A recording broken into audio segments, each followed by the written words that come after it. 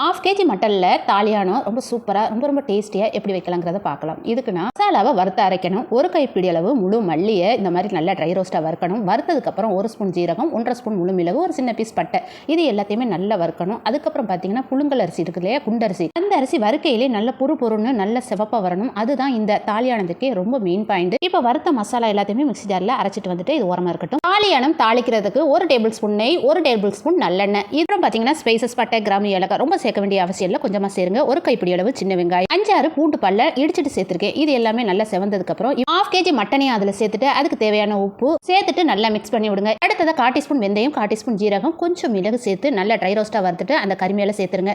அப்புறம் பார்த்தீங்கன்னா காரத்துக்கு மிளகாய் தூள், 1/4 டீஸ்பூன் மஞ்சத்தூள் சேர்த்து நல்லா மசாலாவை மிக்ஸ் பண்ணிட்டு தண்ணி சேர்த்து வேக விடுங்க. கறி நல்லா வெந்ததுக்கு அப்புறம் உருளைக்கிழங்கு, அதாவது வேக வச்ச உருளைக்கிழங்கு நம்ம அரைச்ச மசாலாவை சளிச்சிட்டு சேருங்க. அதுக்கப்புறம் நல்லா ஒரு கைப்பிடி அளவு பூண்டை நல்லா இடிச்சிட்டு சேர்த்ததுக்கு அப்புறம் கொஞ்சம் தண்ணி சேர்த்து நல்லா கொதிக்க விடுங்க. இப்போ நல்லா கொதிச்சதுக்கு அப்புறம் 2 ஸ்பூன் அரிசி மாவு கொஞ்சம் தண்ணி சேர்த்து நல்லா மிக்ஸ் பண்ணி ஆணத்துல சேர்த்துருங்க. சேர்த்துட்டு நல்லா கொதிக்க விடுங்க. கொதிக்க விட்டு எடுத்தாக்கா